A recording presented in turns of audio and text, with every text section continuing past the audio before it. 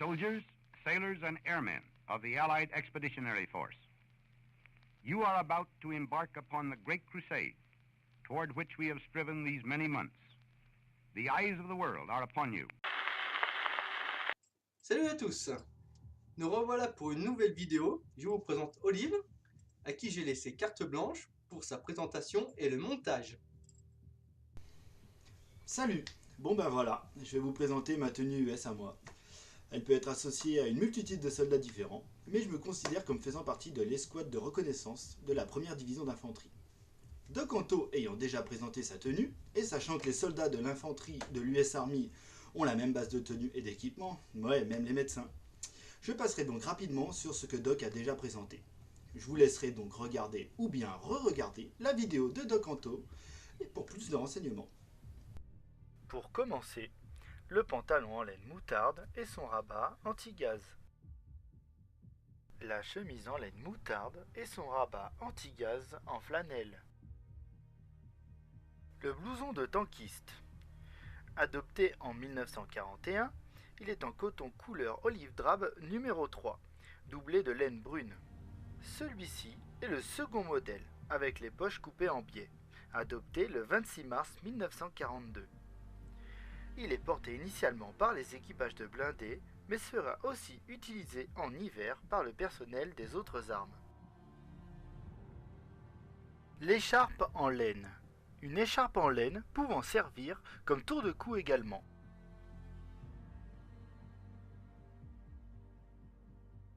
La ceinture de troupe. Une ceinture de pantalon de couleur kaki clair pour les hommes de troupe. Sa boucle, sans hardillon, est fabriquée en divers métaux noircis en fonction du besoin pour l'effort de guerre. Par exemple, en début du conflit, elle était fabriquée en laiton. Le fameux bini. Le casque M1. Le mien est ici équipé d'un filet de casque. Plusieurs types ont été utilisés.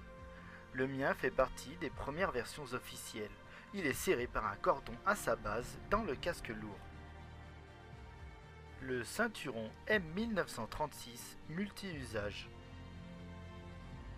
Le havresac M1928. Il est le sac standard de l'infanterie américaine tout au long du conflit. Il peut être utilisé comme le mien, seul en sac d'assaut. Nous pouvons lui ajouter une partie basse, le pack carrier, pour le transformer en sac de campagne complet lors des marches d'approche. Sur le havresac est sanglée la poche contenant la gamelle et les couverts. La gamelle M1932. Son couvercle est divisé en 2 compartiments. Elle est introduite en 1918 et fabriquée en aluminium.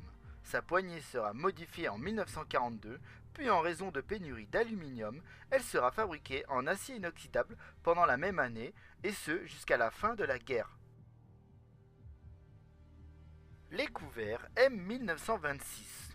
Une fourchette et une cuillère en acier inoxydable, et aussi un couteau dont le manche est en aluminium. Ils sont logés dans leurs compartiments respectifs de la poche. Sur le côté, grâce à des œillets de fixation, initialement est fixée la baïonnette.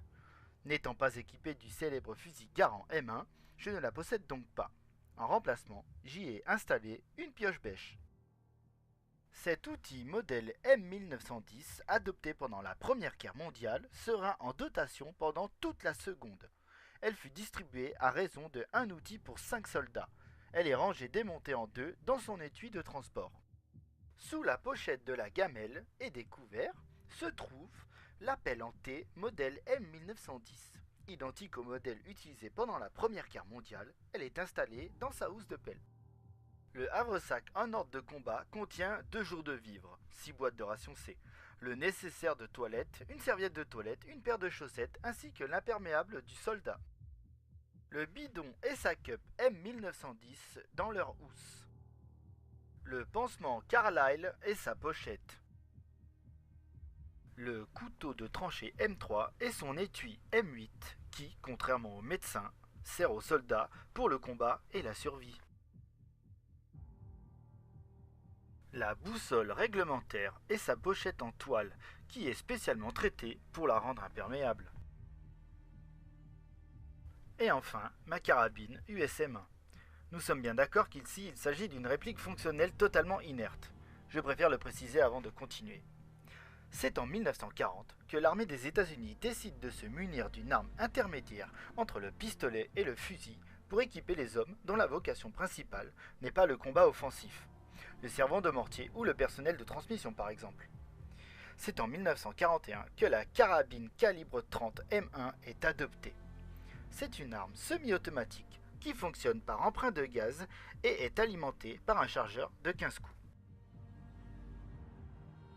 La carabine M1 sera fabriquée à plus de 6 millions d'exemplaires entre 1941 et 1945.